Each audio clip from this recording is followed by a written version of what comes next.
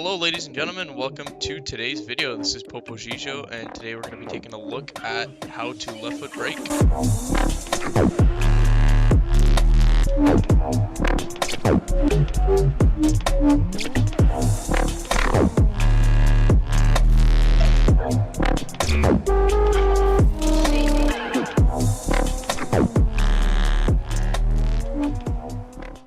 Alright, so today's video we're going to be learning how to left foot brake. We're going to be teaching you guys how to set up the car so that it can left foot brake while maintaining angle.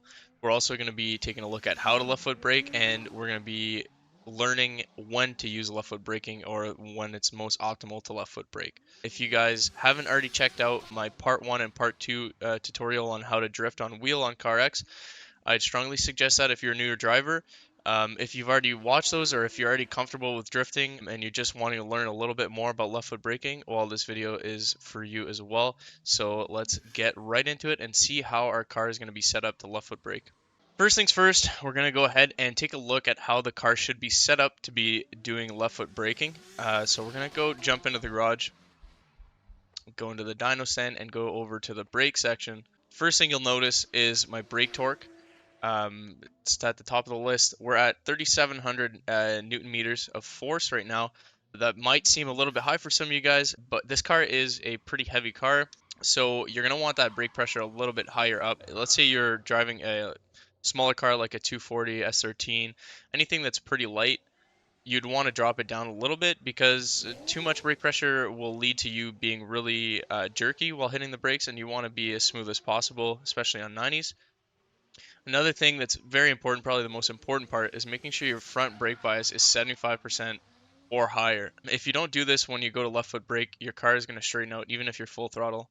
And it's also going to make your car bog down when you brake. So just keep that in mind, 75% or higher. I personally run 100 on all my cars. I mainly run 90s.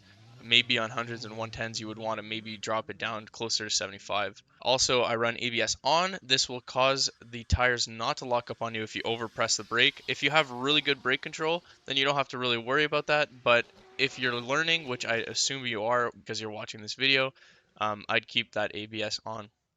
So now that we know how our car should be set up to do left foot braking, we're going to go ahead and take a look at how left foot braking can help you out. Let's go ahead and jump into a track here and figure out how left foot braking can help you drift. So I'd suggest going to a big open space like Navarro Base in the middle, parking lot A, if you go in one of the parking lots, Springstone parking lot, Kami Road parking lot. There's all sorts of good places that have nice wide open spaces that we can practice left foot braking on without having obstacles in the way that could potentially mess us up. There's multiple ways that left foot braking can be utilized while drifting. One of the main things is going to be left foot braking to push your car to the outside of the corner. It can also be used for the opposite, where you actually get the car to slow down and you end up more on the inside, or so that you don't end up dropping 2 tires or just completely going off the track. It also can help you maintain your angle without having to rely on steering input, and it also can lock your car's angle on 90s. So we're going to go ahead and touch on some of these things here. The first thing we're going to look at is how left foot braking can be used to slow yourself down while maintaining angle, or how it can be used to push yourself more towards the inside of a corner without doing a crazy amount of steering wheel adjustments. So to learn how to do this, we're going to be going in Navarro Base in a big open area, and we're just going to be doing a big circle. So we're going to go ahead and kick the car out, start our circle. We're not going to be touching the brake yet. I just want to show you guys roughly how wide our circle is here. We're trying to maintain a steady angle here so that our circle is not an oval but a nice circle. So we just about did a full circle now. You guys have an idea of how wide we're going. We're going to try and tighten that circle up using left foot braking. So what we're going to do here is we're going to apply some left foot brake while letting the car counter steer. When we're going to be pushing the left foot brake, the car is going to want to kick out further, which is going to give us more angle, which should tighten up our circle. So we're going to go ahead and do that. We're going to apply a slight bit of brake pressure, let the car get that extra angle that it wants to. Now this is going to happen naturally without even having to force the steering wheel. So you guys can see the circle is tightened up quite a bit already. Now we can tighten it up even more by letting off a little bit of the throttle here. So we let off of the throttle a little bit, we let the car get that extra angle that it wants to get because we're applying left foot brake, and look at how tight our circle is getting. Now we can go all the way if we want, depending on how much throttle we're giving, to the point where we're just doing, you know, almost doing donuts.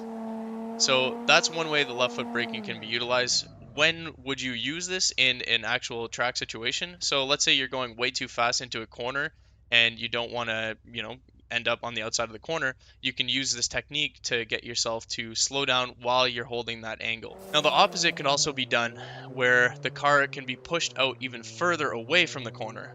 So we're going to start off by doing the exact same thing. We're going to go ahead and initiate a drift here. We're going to get a steady circle going. We're going to try and hold a steady RPM here and hold a steady angle.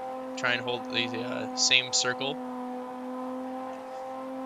So what we're going to do here is we're going to apply a left foot brake, but this time we're not going to let the car counter steer more, so we're going to hold the same angle this time around. What that's going to cause the car to do is it's going to crab walk to the outside, making our corner even wider. So let's go ahead and apply a little bit of brake pressure, and we're going to apply a lot of throttle, pretty much max throttle. And as you can see, we are going a lot wider. So we're holding the same angle. We're just applying a slight bit of brake pressure and we're giving more throttle, and it's causing our circle to become way wider. Once again, how does this affect actually drifting a track or actually running tandems? Let's say you're going into a corner and your line wasn't all that great, so you ended up on the inside, but you want to still push your car out to the outside to hit a clipping point, or you just want to run the outside because you have 3-4 people behind you, so you want to be on the outside.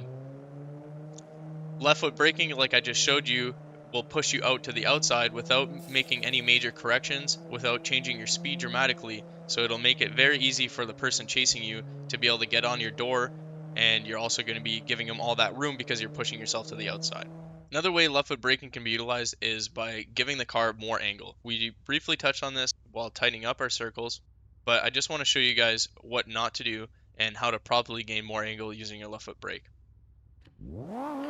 A lot of newer drifters, what they'll do when they want more angle is, instead of using the throttle or the brake, they will use the steering wheel. So we have a decent amount of angle here, but we want more angle, so newer drivers will use the steering wheel to steer to the left and then counter steer again. Now this is a way to, an efficient way to do it, but it's not the right way. Ideally, you would want to use your steering wheel to make small adjustments, and you want to use your throttle, brake, and clutch to make big adjustments. So how can we gain more angle using your brake?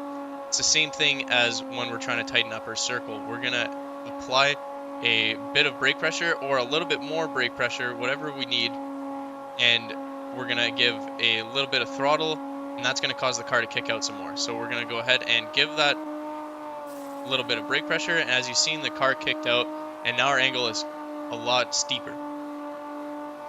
So that is how you want to generally gain more angle. You don't want to be using the steering wheel to gain or to find your angle. You just want to use the steering wheel to hold your angle. Now, doing donuts like I'm doing right now, or doing big circles and just playing with the left foot brake, is going to be a big way that you can figure out how the left foot brake is going to affect the car.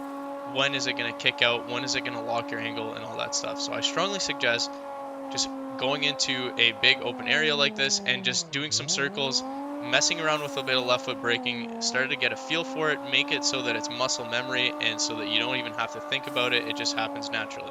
One thing I want to touch on that pretty much only applies to CarX is how left foot braking in this game can lock your angle. Specifically, this works best on 90s, but it can be done on 100s.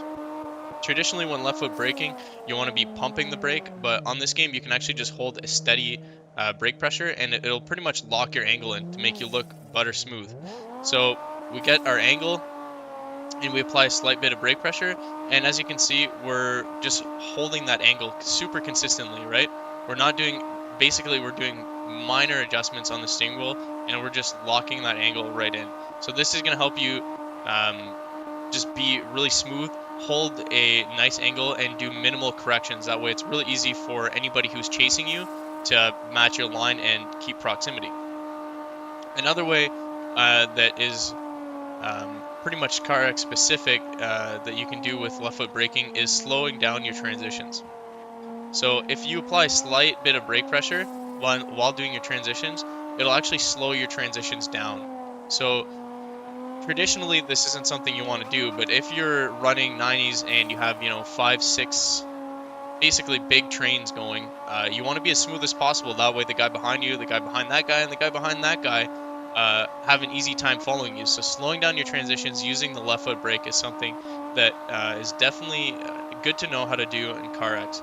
Alright guys, so now that I showed you guys all the drills and techniques that helped me learn how to left foot brake, we're just going to recap when left foot braking can really be utilized on the track. One thing I want to say is don't hyper focus left foot braking. Try and drive like you normally would, and just figure out when you can utilize that left foot braking technique that you learned. One of the ways that you'll be able to utilize it is when chasing somebody, you'll be able to use left foot braking to slow yourself down while maintaining angle and looking nice and buttery smooth. Another way that you'll be able to utilize it is keeping that angle when your car wants to straighten out, right? So just like we talked about earlier, instead of using that steering wheel to do your adjustments or gain more angle or less angle, you can use that left foot brake and throttle to do the same thing and do it looking a lot smoother. Same with the transitions, using a little bit of left foot brake to slow your transitions down a little bit so that it's easier for the guys behind you to chase you is just a nice way to keep trains going and make it look super nice on camera. With that being said, guys, that is it for today's video. If you think I missed anything or you want a tutorial on anything else specific, please drop it in the comments. If this helped you out, please leave a like, drop a sub, and we'll have more content coming out for you guys hopefully soon enough. Thanks for popping in, guys, and happy drifting. Peace.